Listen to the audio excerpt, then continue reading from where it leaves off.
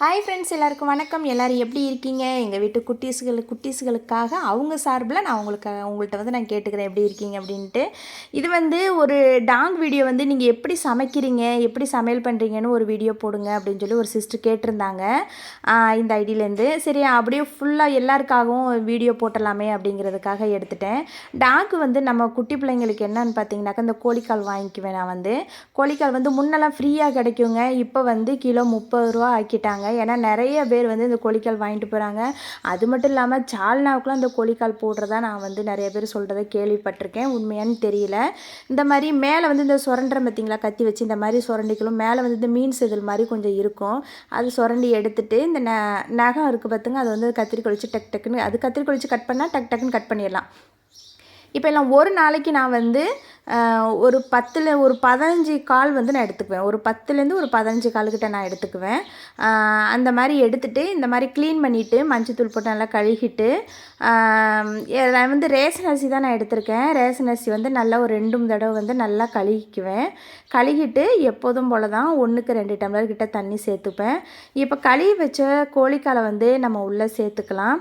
சேர்த்துட்டு நம்மக்கிட்ட இருக்கிற ஏதாவது ஒரு காய் சேர்த்துக்கலாம். இன்றைக்கி நான் பீட்ரூட் தான் சேர்க்க போகிறேன். கூட மஞ்சத்தூள் கொஞ்சம் நிறையா போட்டுக்கலாம். பீட்ரூட்டை தோல் சீவிட்டு கழுகிட்டு உள்ளே கட் பண்ணி போட்டுக்கலாம். பெருசாக கட் பண்ணி போட்டு அதை அப்படியே எடுத்து மிக்சியில் அரைச்சி போடுறது தான் நல்லது. நான் கை வச்சு நல்லா நான் நசுக்கி விட்டுட்டேன். அதுவுமே சின்ன சின்ன துண்டுகள் இருக்கும்போது என்ன செய்யினாக்கா, இதுக்கு சாப்பிடாதுங்க காய்.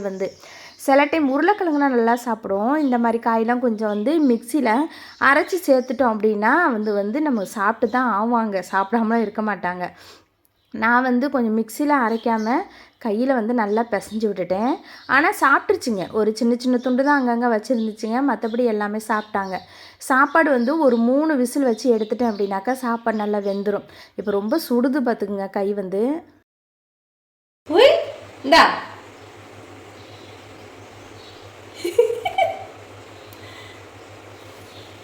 என்ன பசி எடுத்துட்டோ? பசி எடுத்துட்டா?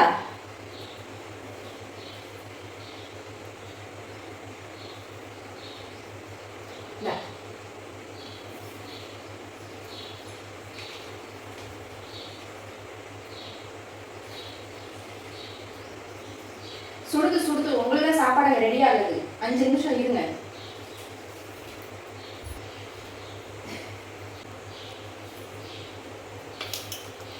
எப்படித்தான் கண்டுபிடிப்பாங்களோ தெரியாது. நான் சாப்பாடு எடுத்து கிளறது கரெக்டாக கண்டுபிடிச்சி வந்துடுவாங்க. என்ன சாப்பாடு ரெடி பண்ணது தெரிஞ்சிருச்சோ? ஸ்மெல் வந்துருச்சா? ஸ்மெல் வந்துருச்சு 2 பேருக்கும். 5 நிமிஷம் ஆறட்டும். சரியா? ஆறட்டும்.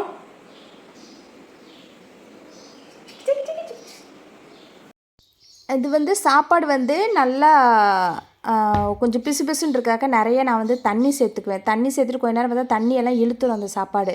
இப்போ காய்கறி நல்லா கையில் நசுக்கி விட்டுட்டேன். இப்போ அந்த கோழிக்காலையும் அப்படி அப்படியே போடக்கூடாது. கை வச்சு நல்லா நசுக்கிட்டு அந்த எலும்பெல்லாம் 2 3 நான் கை வச்சு உடச்சிருவேன். உடச்சிட்டு தான் நான் சாப்பாட்டோட கிளறி வச்சுருவேன். இந்த மாதிரி 3 பிளேட்லேயும் ஃபுல்லாக சாப்பாடு வச்சுருவேன். எக்ஸ்ட்ரா யாருக்கு வைக்கணும் அப்படின்னாக்கா, பப்பிக்கும் லில்லிக்கும் ஜெர்மன் ஷெப்பர்டு பொதுவாக நிறைய சாப்பிடும். அதனால் அவங்களுக்கு எக்ஸ்ட்ரா கொஞ்சம் கூட வைப்பேன். குட்டியெல்லாம் வயிறு நிறைஞ்சோன்னா ஒரு செகண்ட் ஓடிடும். தண்ணி கூட அப்புறம் தான் குடிக்கும். வயிறெல்லாம் நடக்கக்கூட முடியாது, அந்தளவுக்கு ஓடி போய் உடனே படுத்துரும். பிள்ளைகள்லாம் சூப்பராக ஹாப்பியாக சாப்பிட்றாங்க. இந்த வீடியோ பிடிச்சிருந்துச்சின்னா லைக் பண்ணுங்கள். மறக்காமல் நம்ம சேனலை சப்ஸ்கிரைப் பண்ணி சப்போர்ட் பண்ணுங்கள். இன்னொரு நல்ல வீடியோவில் உங்களை சந்திக்கிறேன். அது வரைக்கும் பாய்.